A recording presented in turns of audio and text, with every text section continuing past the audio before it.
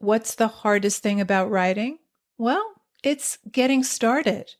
Maybe you're having a hard time coming up with a story idea, or you're stuck on where to take your story next.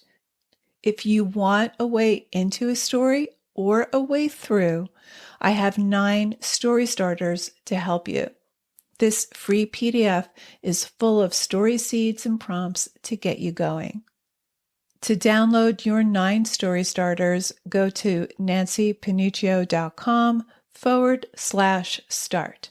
That's Nancy with an I, Panuccio with 2 C's, nancypanuccio.com/start.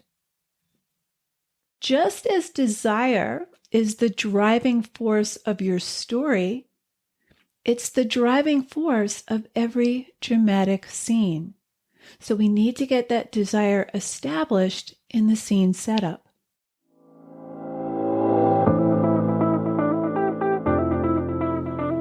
Writer Unleashed is for you, a writer who has a story you want to bring onto the page and into the hearts and minds of readers.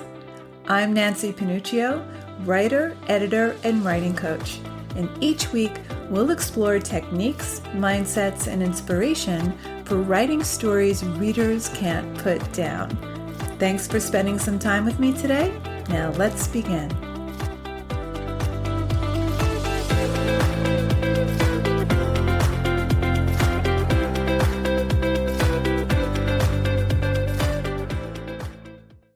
Scenes are the building blocks of story. They're stories unto themselves. Each scene is there to fulfill the story's greater purpose, and they follow the same 3-act structure as your entire story. So a scene is your story in miniature. In a scene, something happens, something specific. It has a purpose. It either advances your plot or reveals character, and the best scenes do both. So in this episode, we're going to break down a scene from Emily Robichaux's short story, A Portrait of Wildness, and we're going to break it down into 3 acts. Number 1, the setup. Number 2, the confrontation. And number 3, the resolution. So let's dive in. In a conventional story, the first act introduces the protagonist, and we usually also meet the antagonist, and we get all the information we need to follow the story. So every scene builds on the previous scene. Now, I'm not going to break down this story's opening scene, but to give you some context for what we'll be talking about today, here's the opening paragraph. When the painter August Rowntree picked Ness up at Bernard to bring her to a dinner party at his ex-lover's house, it was to make the woman jealous. Ness was too naive to know this, but smart enough to be suspicious. Contrary to the evidence of his paintings, she had never slept with August Rowntree, who was not only 20 years her senior, but was also her godfather. She was reluctant to join him because she had an organic chemistry midterm to take at 11 o'clock the next morning. Okay, great. So we have a situation. We know who the story's about, and we know what Ness, our protagonist, wants. It's simple. She wants to study for her midterm. We also know what August wants. He wants to use Ness to make his ex-lover jealous. Now, there's a conflict brewing already. Her godfather, August, is interfering with what she wants. So already in the first paragraph, we have our main cast of characters, we have a situation, and we have a conflict. We go on to learn that August has financed her education. And we get a little backstory about his ties with her family. We learn that her father died when she was a baby, and that August is presently in New York, showing his Wildness series at the Whitney, a series of paintings inspired by Ness. And every scene that follows is going to build on what was planted in the beginning. So in every scene, your main character wants something and is going to have trouble getting that. And by the end, she's either going to get it or not. So just as the first act of your story sets up who your story is about and what this person wants, and gives us all the information we need to follow the rest of the story, the first act of each scene will give us all the information we need to follow the rest of the scene. So we've already met the protagonist, Ness, and the antagonist, August, and we've had a brief introduction to his ex-lover, Laura, who's also an antagonist, meaning she's going to interfere with Ness getting what she wants out of the scene. So Act 1, the scene setup. In the scene setup, we know where we are in place. We have our protagonist and antagonist. Now, this is not an introduction to the characters themselves, but it introduces the desire that's driving the scene. So just as desire is the driving force of your story, it's the driving force of every dramatic scene. So we need to get that desire established in the scene setup. So the protagonist will state his or her desire, and it might be a desire for more information. It might be a desire to make up with his wife after a fight. It might be as simple as wanting to get home early enough to study for a chemistry exam. Now, there will be a counter demand by the antagonist or some kind of refusal, or the antagonist responds with a non-answer. Someone or something will interfere with what the protagonist wants to get out of this scene. It may not be another character. It may be a physical obstacle. It could be the weather. But there will be some resistance by the antagonist that will create an obstacle to the desire, and that obstacle will lead to an inciting incident. So we have place, desire, resistance, inciting incident. So back to A Portrait of Wildness. Act 1, scene setup. Ness and August are on the porch of his ex-lover Laura's house. He rings the bell with his right hand and puts his left on the small of Ness's back and tells her, "You should know that she's extremely jealous." So Ness asks some questions. How do you know her? And he says they're old friends. And then she asks, "Does she know you're bringing me?" To which he answers with a non-answer. He says she made mean little sculptures out of porcupine quills. Now she runs an art gallery downtown. Now, this is strategic because we need to know a little bit about August and Laura's history to make sense of what happens as the scene continues. And the fact that he doesn't answer her question clues us in that Laura is not expecting her. So he rings the bell a second time, and Ness states her desire in the form of a question. "We're only staying for a little while, right?" And then Laura opens the door and says, "You're late." And then, "Who's this, August?" Laura's smile stiffens. She puts her hand to her neck. August kisses Laura on the cheek and introduces Ness as Wildness, the love of my life. And now Laura's making the connection between Ness, short for Wildness, and August's paintings. She looks at August and asks, "Is she your daughter?" To which he replies, "No," but he doesn't offer any other explanation. Now, August and Ness are still outside. Laura has not even extended her hand to Ness. There's clearly animosity here. So it's an inciting incident. Laura is rattled by Ness's presence. This is the inciting incident that sets the rest of the scene in motion. So we already know that this dinner party is not going to be a relaxing night out, and we're already doubting that Ness will get back to school in time to study for her midterm. So there's an obstacle. She's gotten no reassurance from her godfather that he'll return her to school at a decent time, and we already intuit that this is going to be a long night. And all of this has been set up by the previous scenes. We already know something about the relationship between August and Ness.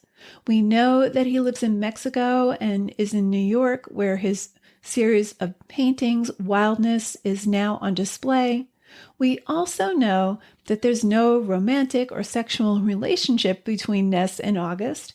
We know what August's intentions are. He's using Ness to get Laura jealous. And at this point, Ness is starting to get an awareness of what she's walking into, but the inciting incident, Laura's icy reception to her when she opens the door, changes the stakes completely for Ness, who just wants to get back to school at a decent time to study. So there's palpable tension between these three characters, and there's drama. August asks Laura if she's going to invite them in. She does. And with that, we launch into Act 2 of the scene, confrontation. So in Act 2, there's direct conflict. We hit the first obstacle midway, the first major obstacle, and then the obstacle gets harder. And then there's a crisis. Now, crisis in a story or scene means that there's going to be some decision or dilemma. So in a story, it's one final effort the protagonist takes to overcome any opposing forces, keeping her from getting what she wants from the scene. So in Act 2 of this scene, we have direct conflict. We're in Laura's living room, and Ness realizes that darkness is falling, so the clock is ticking. Now, August and Laura talk briefly about her 13-year-old son, Nick, and we learn a few details about him. And this is strategic because we meet him later in the story. And then Laura brings 3 glasses into the living room with a bottle of white and hands Ness an overfull glass before she can even object. Now, Ness obviously doesn't want to drink, so she says, "Oh no, thanks, I don't." And Laura interrupts her to say, "That's a 25-year-old Pinot Grigio. I will be very offended if you don't drink it." So here we are, direct conflict. So Ness encounters her first obstacle. Ness is being pressured to drink, and not exactly a great thing to do if she's going to pass her exam the next morning, let alone study for it. And the obstacle is going to get harder for Ness. So she says, "Oh, okay," and she pretends to taste it and looks at her watch. It's now 7:50 p.m. So again, we're being reminded of what Ness wants in this particular scene. And then Laura relentlessly asks Ness personal things about her life. "So tell me, Wildness, what do you do?" And Ness says, "Well, everyone just calls me Ness." "All right, Ness, what do you do?" And Ness tells her that she's a sophomore at Bernard. And Laura says, "Well, you're even younger than I thought." And then she interrogates Ness a little more, and she asks, "Tell me, do you have a little boyfriend at college, or do you have a thing for older men? Let me guess." And Laura sticks out her lower lip in a grotesque pout. "Your father wasn't there for you, was he?" Now, at this point, Ness is bristling, and she opens her mouth to say something and then closes it. She's kind of speechless at this point. Now, we already know that her father died when she was a baby. We don't know how he died, but we know this is an emotional soft spot. And August is not coming to her defense, so Laura is bullying her. Direct conflict. So now August and Laura continue to drink. They're getting visibly drunk. The obstacle to getting back to school is getting worse. Now, Ness is getting nervous about her midterm and starts fiddling with the tassels at the end of her poncho. And Laura says to Ness, "You haven't touched your wine." And Ness replies, "Oh, yeah, I don't really think I should drink because do you have any soda or anything? Because I have a test in the morning. I mean, water would be fine too." And Laura says, "When this wine was bottled, we were your age. We didn't trust anyone over 30. It's hard for you to imagine we were your age once, isn't it?" And August says, "Drink up, sweetie. We're celebrating." Laura agrees sarcastically and then says to Ness, "You must tell me what you did to inspire those paintings." Now, Ness at this point notices that the wine bottle is empty and Laura pushes her, "I'm dying to know." And Ness says, "They're abstracts. It's not like I posed for them or anything." And Laura says, "That's a pity. I posed for him once." And then Laura goes back to the liquor cabinet. She pulls out a bottle of whiskey and she goes off to the kitchen. And before she goes into the kitchen, she looks at Ness with naked disdain and says, "I hope to God you're not a vegetarian because we're having veal." So now we're moving closer to the crisis point of Act 2. Now at this point, Ness is pleading. She's asking for what she wants again. "Can we go soon, Uncle August? I really need to study." And he says, "Don't be rude, sweetie. We haven't eaten yet." Ness starts to object. "She's crazy. She's racist. She had no idea you were bringing me. She had no idea I even existed. She doesn't want me here. She hates me. Why didn't you tell her you were bringing me?" So the tension is increasing. Now, August cradles his cheek in her palm, closes his eyes, and asks, "I'm not a bad person, am I?" So he's not reassuring her at all. And then we go into a short piece of backstory, just a paragraph, where we learn that he had asked her the same question at her 5th birthday party. She didn't know how to answer him then, and she doesn't know how to answer him now. So this flashback is essential because it reveals significant history about their relationship and about August. And then something shatters in the kitchen. Laura shrieks, she curses. Ness can't tell whether she had dropped something or smashed it against the wall. And August says, "I better go help out." And he leaves her to go to the kitchen. And Ness hears Laura asking August, "Is this what you do now? Rob cradles?" Crisis. So now Ness must make a choice. What is she going to do? And now we have Act 3, resolution. At this point, Ness began to drink her wine. End scene. So she has failed to achieve her desire. Okay, let's recap. A scene is your story in miniature. It's a microcosm of the whole. Scenes are really stories unto themselves. Your protagonist comes into the scene wanting something. He or she then encounters obstacles and by the end either gets what he or she wants or not. So to structure a scene, follow the same 3-act structure of your story. Act 1, scene setup. Establish place, introduce the desire and the resistance and the inciting incident. Act 2, confrontation. Characters will come into direct conflict, and midway, your protagonist will hit her first major obstacle, and that obstacle will get progressively harder. Then we'll hit the crisis, meaning the protagonist will face a dilemma or is forced to make a decision. It's one final effort the protagonist takes to overcome the opposing forces, keeping her from getting what she wants from this particular scene. And then Act 3, resolution. Your protagonist either gets what he or she wants out of the scene or not. So there you have it. Thanks for hanging out with me today. And if you know any writers who need some support in their writing, please share this episode or the Writer Unleashed podcast in general. And if you love what you're listening to, subscribe on your favorite listening platform and please leave me a review. Reading how this podcast impacts your writing truly lights me up and helps me create topics for the show. Till next time, keep writing, and I'll talk to you soon.